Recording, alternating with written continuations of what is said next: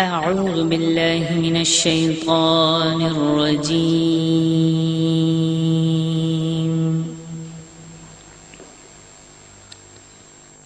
بسم الله الرحمن الرحيم.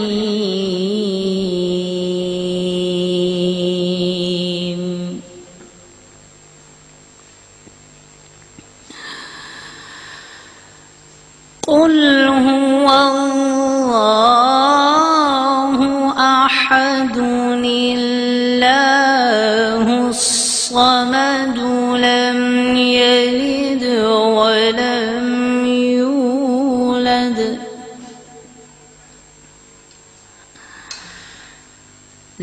يلد ولم يولد ولم يكن له كفوا أحد.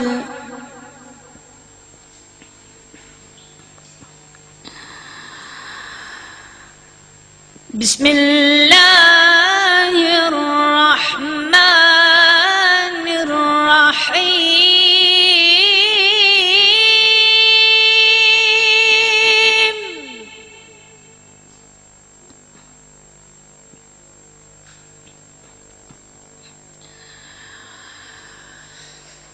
قل هو الله أحد الله الصمد لم يلد ولم يولد ولم يكن له كفوا أحد.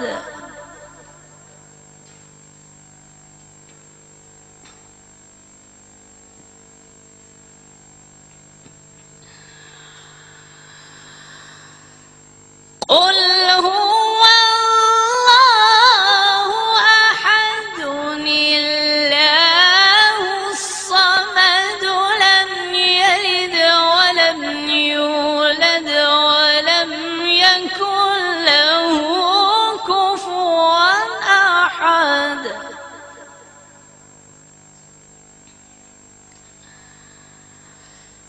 قل هو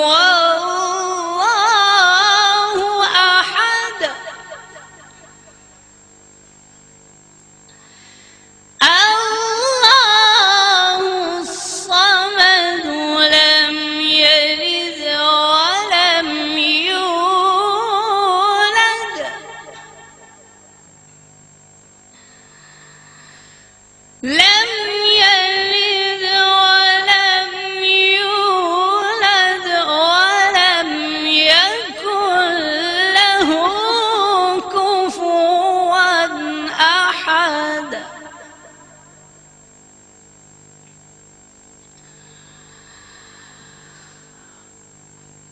قل هو الله أحد الصمد لم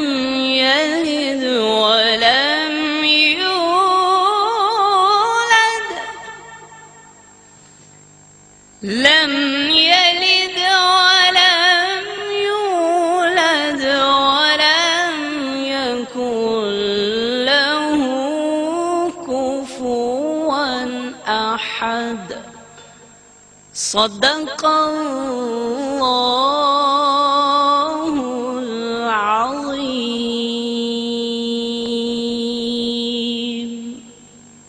جزاک اللہ. سبحان اللہ. بسم اللہ الرحمن الرحیم. السلام علیکم ناظرین، میں ہوں آپ کا میزبان وسیع شاہ. آپ دیکھ رہے ہیں شکرانہ نعمت پاکستان ٹیلی ویژن کی خصوصی ٹرانسمیشن 4 سے لے کے 8 بجے تک، یعنی کہ افطار کے وقت تک ہم آپ کے ساتھ رہتے ہیں، آپ کی عبادتوں میں شریک رہتے ہیں. آج جس موضوع کا، جس سبجیکٹ کا، جس ٹاپک کا انتخاب ہم نے کیا ہے، جو آج کا ٹاپک ہے، وہ ہے عجز و انکسار. عجز و انکسار کی اسلامی معاشرے میں نہیں، کسی بھی معاشرے میں بے پناہ اہمیت ہوا کرتی ہے. ناظرین، کہنے کو تو یہ صرف 2 لفظ ہے، لیکن حضور صلی اللہ علیہ وسلم کا ارشاد ہے کہ جس نے عجز و انکساری اور عجز و انکسار اختیار کیا، اس کو اللہ تعالیٰ اس کا رتبہ بلند کر دیتا ہے، اور جس نے تکبر اختیار کیا وہ ذلیل و رسوا ہوتا ہے. اور پھر اسی طرح سرکار دو عالم صلی اللہ علیہ وسلم نے ارشاد فرمایا کہ مالدار ہونے کے باوجود جس نے تواضع اختیار کی، جس نے عجز و انکسار کا رویہ جو ہے وہ اپنایا، اس کے لیے خوشخبری ہے. یہی اہم بات ہے. عجز و انکسار کہنے کو دو لفظ ہیں، لیکن اگر آپ دیکھیے تو معاشرے میں جو باہمی یگانگت ہے، جو محبت ہے، جو اخوت ہے، جو بھائی چارہ ہے، اس کے سارے چشمے جو ہیں، اس کے سارے سوتے جو ہیں، وہ انہی دو لفظوں سے پھوٹتی ہیں. یہ عجز و انکساری ہے جو دوسرے کو، جو اپنی، جس کو صوفیہ کہتے ہیں نا کہ میں کو نکی کر کے کٹ، وہ جو اپنی میں کو، اپنی انا کو چھوٹے چھوٹے حصوں میں، ذروں میں تقسیم کر دینا ہوتا ہے، اس کی بنیادی وجہ جو ہے وہ عجز و انکساری ہوا کرتا ہے. یہ عجز و انکساری ہے جو ایسے لوگوں کو، جو ہم سے کسی بھی شخص سے مال و دولت میں، رتبے میں، جو سوسائٹی میں جو بھی کاسٹ سسٹم ہے، سوسائٹی میں جتنی بھی اس طرح کی علتیں ہیں، اس حوالے سے جو لوگ ان سے پیچھے ہوتے ہیں یا ان سے نیچے ہوتے ہیں، ان کو اپنے برابر کا رتبہ دیتے ہیں اور یہ سمجھتے ہیں کہ کسی پر کوئی فوقیت حاصل نہیں ہے سوائے اس کے کہ جس کے اخلاق بہتر ہے. یہ سارے رویے جو ہیں یہ بنیادی طور پر عجز و انکساری سے ہی پھوٹتے ہیں. اگر عجز و انکساری نہیں ہوگی تو پھر انسان کا رخ اور رویہ جو ہے وہ تکبر کی طرف ہو جاتا ہے، اور یقیناً تکبر جو ہے، جو باری تعالیٰ کو جو چیزیں سخت ناپسند ہیں، تکبر ان میں سے ایک ہے. اور یہ عجز و انکساری ہے جو سائل سے محبت کرنا سکھاتی ہے. یہ عجز و انکساری ہے جو بیمار سے محبت کرنا سکھاتی ہے. یہ عجز و انکساری ہے جو انسان کو یہ رویہ انسان کے اندر ڈیولپ کرتی ہے کہ کوئی شخص اگر کسی وقت اس کی مدد کا طلبگار ہے تو یہ اس کا حق ہے، اور یہ ہمارا فرض ہے کہ ہم محبت سے اور عجز و انکساری سے جتنی سپورٹ، جتنی بھی اس کی مدد کر سکتے ہیں ہم اس کو کریں. حضرت عمر فاروق رضی اللہ تعالیٰ عنہ کے دور میں مصر کے گورنر تھے حضرت عمر بن عاص. حضرت عمر بن عاص نے اپنے لیے مسجد میں ایک اونچا ممبر بنوایا اور اس کے اوپر کھڑے ہو کر، ممبر کے اوپر بھی کھڑے ہو کر وہ خطبہ دیا کرتے تھے. جب حضرت عمر فاروق رضی اللہ تعالیٰ عنہ کے علم میں یہ بات آئی تو انہوں نے عمر کو خط لکھا اور انہوں نے سے کہا کہ کیا تمہارے لیے کافی نہیں ہے کہ تم مسلمانوں کے امیر ہو، اور امیر ہونے کا یہ مطلب نہیں ہے کہ تم انہیں حقیر سمجھو اور تم اوپر کھڑے ہو اور وہ نیچے بیٹھ کے تمہیں سنیں. اس کے بعد حضرت عمر فاروق رضی اللہ تعالیٰ عنہ کے حکم پر وہ جو ممبر تھا وہ توڑوا دیا گیا، اور حضرت عمر نے کہا کہ اگر تمہیں لوگوں تک پہنچنے میں دقت ہوتی ہے تو تم کھڑے ہو کر خطبہ دو، لیکن ممبر کے اوپر کھڑے ہونے کا کوئی جواز نہیں ہے. ایک اور دلچسپ بات یہ تھی کہ حضرت عمر نے مصر میں حضرت عمر فاروق رضی اللہ تعالیٰ عنہ کے لیے ایک مکان بھی بنوایا تھا، جس پہ حضرت عمر فاروق رضی اللہ تعالیٰ عنہ نے ایک بہت ہی تاریخی جملہ ارشاد فرمایا تھا، جو اگر ہمارے حکمران اور ہمارے ایسے لوگ جو صاحب اختیار ہوتے ہیں اور جو ہماری تقدیروں کے فیصلے کرتے ہیں اور جن کے ہاتھوں میں عوامی پیسہ ہوتا ہے اور عوام کے ٹیکس کا پیسہ ہوتا ہے، وہ اگر سنیں تو یقیناً اس سے بہت رہنمائی حاصل کر سکتے ہیں. حضرت عمر نے فرمایا تھا کہ مجھے تو یہ بات ہی سمجھ نہیں آتی کہ حجاز میں رہنے والے ایک شخص کا گھر مصر میں کیوں ہوگا اور وہ وہاں کیوں جائے گا اور اس سے کیا لینا دینا ہوگا. اور پھر اس گھر کو حضرت عمر فاروق رضی اللہ تعالیٰ عنہ کے حکم پر رفاع عامہ کے لیے، مفاد عامہ کے لیے کھول دیا گیا تھا. جتنے بھی سوسائٹی کے اندر ایک بیلنس قائم کرنے کے لیے اور اخوت قائم کرنے کے لیے، مساوات قائم کرنے کے لیے بھی جتنی چیزیں آپ کو ملتی ہیں ناظرین، اس کے بنیادی طور پر سوتے جو ہیں وہ عجز و انکساری سے ہی پھوٹتے ہیں. کہنے کو یہ دو لفظ ہیں، لیکن معنی کا ایک جہان جو ہے وہ ان میں پنہا ہے، معنی کا ایک جہان جو ہے وہ ان میں آباد ہے. اور جسے آپ کہیے کہ امن اور خوشحالی اور یگانگت سے بھرپور معاشرہ جو ہے وہ اگر جنم لیتا ہے تو یقیناً اس کے لیے عجز و انکساری جو ہے وہ بے پناہ اہمیت رکھتی ہے. یہی آج ہمارا ٹاپک ہوگا، اور آج میرے ساتھ موجود ہیں سندس جمیل صاحبہ، اور آپ انہیں دیکھتے رہتے ہیں. اور سندس آگے نہ کہیں، میرے خیال میں کافی ہے. کیسے ہیں؟ السلام علیکم. بسم اللہ الرحمن الرحیم. شروع اللہ کے نام سے جو نہایت مہربان اور رحم کرنے والا ہے. السلام علیکم.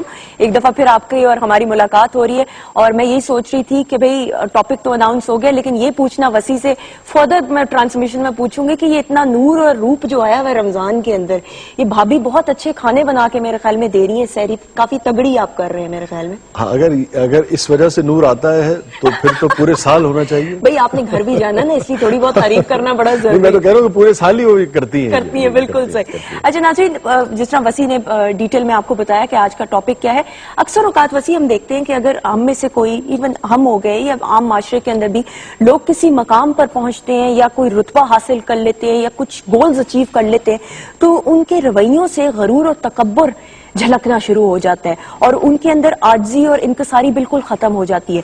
دوسری جانب اگر ہم اپنے سرکار دو عالم حضرت محمد صلی اللہ علیہ وآلہ وسلم کی حیات طیبہ پر ایک نظر ڈالیں تو ان کی پوری زندگی بذات خود عاجزی اور انکساری کا جیتا جاگتا ثبوت اور نمونہ تھی اور ہے ہم سب مسلمانوں کے لیے.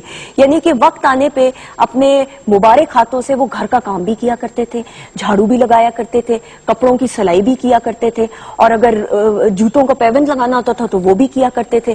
تو آپ یہ سوچئے کہ جو اتنی بڑی شخصیت, جو اللہ کو اتنی محبوب ہو, دو جہانوں کا سرکار ہو, اگر ان کے رویوں سے آپ سوچیں کہ عاجزی اور انکساری اور محبت اور شفقت جھلکتی تھی, تو میرے خیال میں ہم تو پھر بہت حقیر ہیں.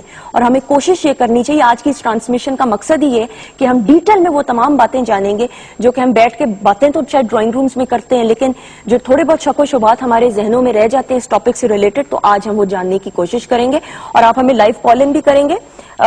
نمبر ہے ہمارا جی 042-992-00628, اور اس کے علاوہ آپ ہمیں فیس بک پہ بھی کانٹیکٹ کر سکتے ہیں. اسٹرپ جو ہے اسکرول کی صورت پہ آپ کی چل رہی ہوگی ٹی وی اسکرین پہ, www.facebook.com/شکرانہ نعمت پہ آپ ہمیں کانٹیکٹ کر سکتے ہیں. اس کے علاوہ جی 21 محمود غزنوی روڈ پہ آپ خطوط لکھنا چاہیں تو یو مور دین ویلکم. اور گیسٹ کا بھی تعارف کراتے چلیں یا نہیں؟ میرے خیال میں کرائی, میرے خیال میں کسی تعارف کے محتاج نہیں ہے.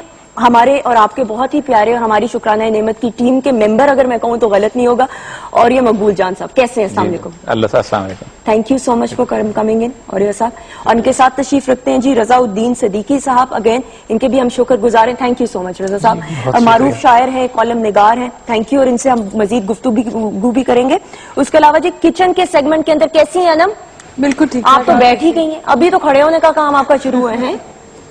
آپ کو اسسٹ کون کر رہے ہیں مجھے بتائیں؟ مجھے اسسٹ کر رہی ہیں آج شمائلہ ہیں. اچھا, وہ مجھے اسسٹ کریں گے. اسسٹ کر رہی ہیں, اچھا. اور ترکیب وغیرہ اور بنا کیا رہی ہیں, تھوڑا سا رفلی بتا دیں. آلو گوبھی بنا رہے ہیں آج ہم لوگ, بریڈ رولز بنا رہے ہیں, اور پائن ایپل جوس بنا رہے ہیں. اچھا ٹھیک ہے. اور پالک پنیر. پالک پنیر نہیں, pine apple juice. Pine apple juice. Pine apple juice اور پالک پنیر میں بڑا فرق ہے, آپ نے غلط سن لیا ہے. اچھا جی, تو تلاوت قرآن پاک آپ نے بھوک میں یہ فرق مٹ جاتا ہے. جی, تلاوت قرآن پاک آپ نے قاری مزمل اشرف صاحب سے سنی. تھینک یو قاری صاحب, آپ کا بہت بہت شکریہ. اس کے علاوہ جی تھوڑی دیر میں ہمیں جوائن ان کریں گے عبد الشکور شیرازی صاحب, جن سے ہم نعت رسول مقبول صلی اللہ علیہ وآلہ وسلم سننے کی سعادت حاصل کریں گے. جی وسیم. بالکل ٹھیک ہے. اور یہ صاحب آپ سے زیادہ اپروپریٹ اور اس موضوع کے حوالے سے مناسب آدمی شاید ہی کوئی ہو سکتا, اس لیے کہ ہم موضوع کو کھولیں گے بھی اور باقی بھی وہ کریں گے, لیکن آپ سے وہی ڈائریکٹ سوال جو آپ سے اور آپ کے قبیلے والوں سے پوچھا جاتا ہے, اور یہ بہت ہی عام آدمی کا سوال ہے, چونکہ اس کا رابطہ جو ہے, ٹھیک ہے وہ آپ کے جو گریڈ کے لوگ ہیں ان سے نہ بھی پڑھتا ہو, لیکن وہ جس سے مل رہے ہوتے ہیں اس کا گریڈ, اس کا جو رویہ ہے وہ آپ کے گریڈ والا ہی ہوتا ہے. پہلی بات یہ کہ میرے دونوں قبیلے ایسے ہیں, شاعرانہ تعلی بھی کوئی کم نہیں ہوتی. لیکن سر تعلی اور تکبر میں فرق ہے سر, یہ میں عرض کروں دونوں چیزیں, وہ بھی جسے کہتے ہیں کیونکہ بیچاروں کے پاس صرف تعلی ہوتی ہے, آپ لوگوں کے پاس تو تکبر کرنے کا بھی بہت کو ایک درجہ کم بلا کے دیکھیں اس مشاعرے میں, پھر دیکھیں آپ سے ہوتا کیا ہے. ٹھیک, تو دونوں قبیلے جو ہے نا ان میں ایک, لیکن یہ ساری عمر معاف نہیں کرے گا.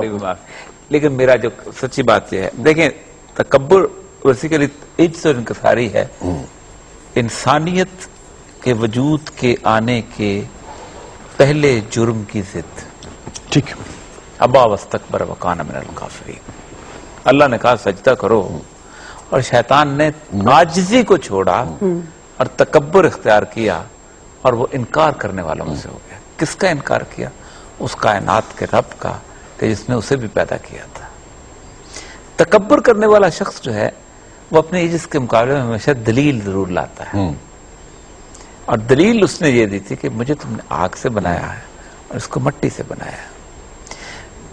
نفسیات دان کہتے یہ ہیں کہ بنیادی طور پر انسانی شخصیت جو ہے 3 حصوں میں تقسیم ہوتی ہے. اڈ ہے جس میں آپ کے ڈرائیوز ہیں, اس کے اوپر ایک آپ کا چودھری ہے جس کو وہ کہتے ہیں سپر ایگو, اور درمیان میں ایک ایگو ہوتا ہے جو صلح صفائی کراتا رہتا ہے. یہ جو چودھری ہے نا, یہ کہتا ہے تم نے بڑا غلط کیا. ضمیر جس کو آپ کہہ رہے ہیں کسی نہ کسی حد تک, یہ جو ایگو ہوتا ہے یہ جسٹیفائی کرتا رہتا ہے اور پھر وہ بوسٹ کرتا رہتا ہے. یار سب لوگ شراب پیتے ہیں, میں نے کوئی نئی بات کرتے ہیں. سب تکبر میں یہ جسٹیفیکیشن جو ہے یہ انسان کی اس جبلت کے اندر شامل ہو گئی ہے جس کو اس نے مٹانا تھا. عجز معراج ہے انسان کی, اور تکبر معراج ہے اللہ تبارک و تعالیٰ کا، الکبر رضا منی۔ اب دیکھیں نا کبھی اللہ تبارک و تعالیٰ جو نام ہے سورہ حشر کے آخر میں، تو آپ حیران ہوں گے، اب شاعر آدمی ہے تو آپ کو سمجھانا ذرا میرے لیے بہت آسان ہوتا ہے کہ ہر نظم یا غزل کا ایک بہاؤ ہوتا ہے کسی جگہ جا کے، جیسے کہتے ہیں پیک پہ پہنچتا ہے، واللہ الخالق الباری المصور متکبر، اللہ الذی لا الہ الا الملک القدوس السلام المؤمن المہیمن العزیز الجبار المتکبر، یعنی وہ ساری صفات جو ہیں وہ اللہ تبارک تعالیٰ کو اس کی شان کے اوپر تکبر کرنے پہ، الکبر رضا منی، فرمایا تکبر میری چادر ہے۔ اسی لیے قیامت کے دن رسول اللہ صلی اللہ علیہ وسلم کی حدیث ہے کہ متکبر لوگوں کو اللہ تعالیٰ حشر کے میدان میں چیونٹیاں بنا دے گا اور لوگ ان کو رونتے ہوئے گزریں گے۔ عجز بالکل اس کے الٹ ہے۔ اب عجز وہ چیز ہے، انکساری وہ چیز ہے کہ آپ ایک ہوتا ہے کہ ویسے ہی اپنے زندگی کے اندر آپ کو اللہ تعالیٰ نے ایک سطح، آپ کا گزارا ہی عاجزی کے بغیر نہیں ہے، ٹھیک ہے، سب بات ہی نہیں مانتا، یہ کوئی اتنے بڑا مسئلہ نہیں ہے۔ آپ کے پاس وہ سب کچھ موجود ہو جس پر آپ فخر کر سکیں، جس پر آپ تکبر کر سکیں، اس کے باوجود آپ عجز کریں، آپ انکساری کا ثبوت کریں، تو یہ ہے آپ کا امتحان۔